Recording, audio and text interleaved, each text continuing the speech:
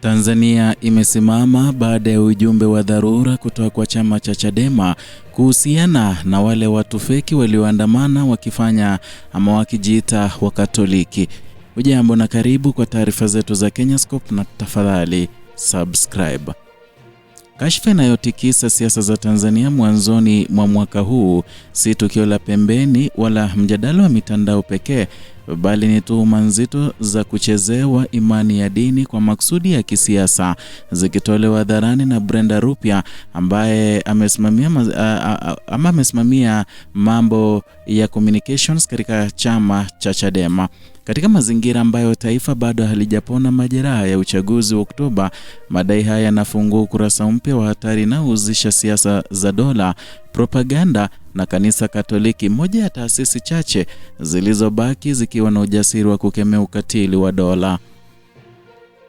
Kwa mujibu wa Rupia anayeongoza idara ya mawasiliano na uenezi wa Chadema, chama tawala, Chama cha Mapinduzi kimefikia kile alichokitaja kuwa ukomo wa kisiasa, hatua ambayo sasa imekifanya kuanza kutumia vijana wake wa UVCCM kama waigizaji katika matukio yaliyopangwa ili kuchochea mgawanyiko wa kidini.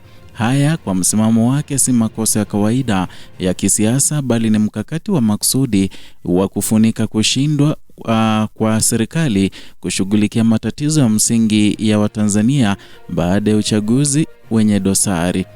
Kwenye ujumbe wake, Brenda Rupia alisema kuwa CCM Tanzania mmefikia kiwango cha kufilisika kisera hadi mnaanza kuwatumia vijana wenu kama waigizaji wa maigizo ya kijinga ya kitaifa. Aisee, mmeishiwa hoja, mmechoka kufikiri na sasa mmeamua kutumia UVCCM kufanya propaganda chafu badala ya kujibu matatizo ya Watanzania.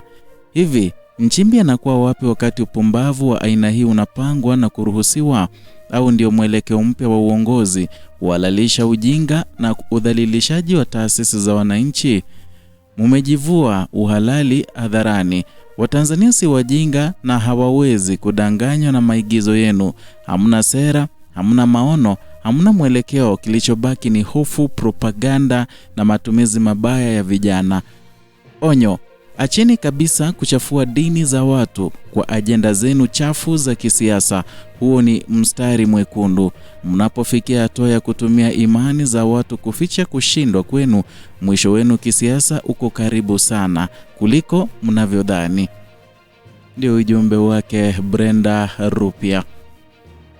Uzito wa tuhuma hizi unaongezeka kwa sababu zinakuja katika kipindi ambacho uhalali wa uongozi wa Rais Samia Suluhu Hassan unaendelea kuhojiwa vikali ndani na nje ya nchi.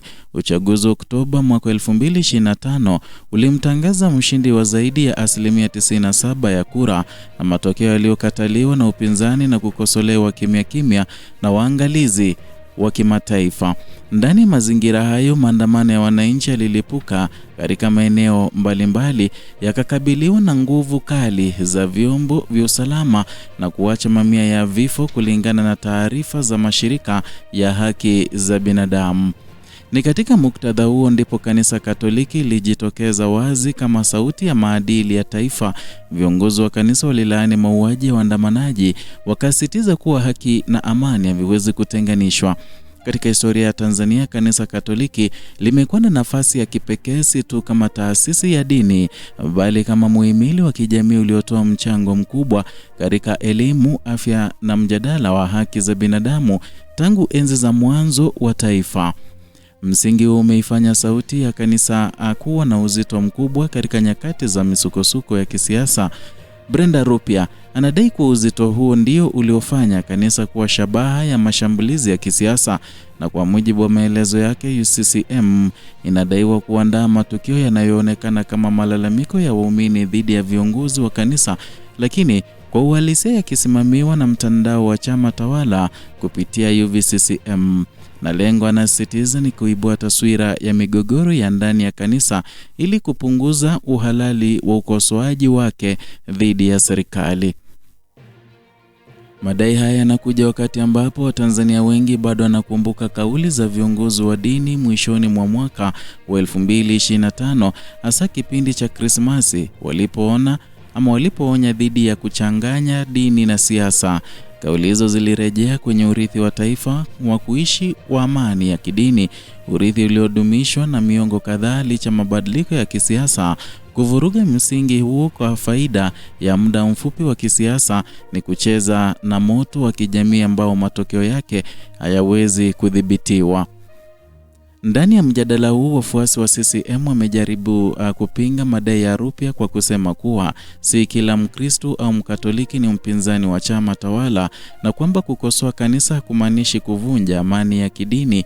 Hata hivyo, hoja hiyo inapuuzwa na wakosoaji wanaona tofauti kubwa kati ya ukosoaji wa kweli na kampeni iliyopangwa ya propaganda.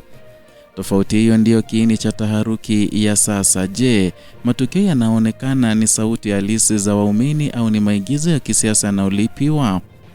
Historia ya siasa za Tanzania inaonyesha kuwa chama tawala kimekuwa kikitumia mbinu mbalimbali kudhibiti simulizi wakati wa migogoro. Kuanzia enzi za chama kimoja hadi mfumo wa vyama vingi, dola imekuwa na mkomo mzito katika kudhibiti vyombo vya habari, mikutano ya kisiasa na sasa, kwa mujibu wa madai haya, mitandao ya kijamii na hisia za kidini. Tofauti kubwa ni kwamba taasisi kama Kanisa Katoliki zimeamua kuvuka ukimya wa kusema wazi. Kwa upande wa kimataifa, hali ya Tanzania baada ya uchaguzi wa mwaka 2025 imekuwa ikifuatiliwa kwa karibu na wadau wa kikanda na wa kimataifa, na ripoti za vifo, kukamatwa kwa maelfu na kuzimwa kwa uhuru wa kukusanyika zimeathiri taswira ya nchi iliyokuwa ikijulikana kama kisiwa cha utulivu katika Afrika Mashariki. Na katika mazingira hayo, tuhuma za kutumia dini kama chombo cha propaganda zinaongeza uzito wa hofu kwamba mgogoro wa Tanzania hauishi kwenye siasa pekee bali unagusa mshikamano wa kijamii.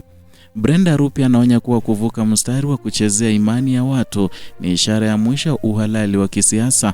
Kwa mtazamo wake, chama kinapofikia hatua ya kutumia vijana wake kama waigizaji wa propaganda za kidini, basi kinakuwa kimekosa majibu ya matatizo ya wananchi na kinajaribu kununua muda wa kuigawa jamii. Inaakisi hisia pana za wananchi wanaona kuwa madai ya haki kwa wahanga wa uchaguzi yameachwa kando. Kadri mwaka 2026 unavyoanza, Tanzania inajikuta katika njia panda hatari. Upinzani hujatambua matokeo ya uchaguzi na Kanisa Katoliki linaendelea kushinikiza haki, na chama tawala kinadaiwa kutumia mbinu za mgawanyiko badala ya maridhiano, na kila siku inayopita bila uwazi na uwajibikaji inaongeza ufa kati ya dola na wananchi. Mwisho wa simulizi hili ni mzito na hauna faraja haraka. Endapo sauti zinazoonya kuhusu propaganda ya kidini zitapuuzwa, basi taifa linaweza kujikuta likipoteza nguzo yake muhimu ya mshikamano wa kijamii.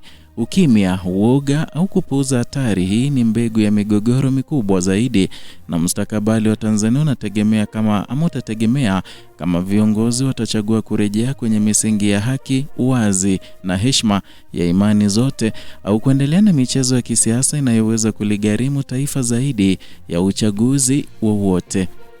Ndio hayo tuliokuandalia siku hii ya leo. Zidi kuwa nasi kwa kusubscribe, kulike na kushare video.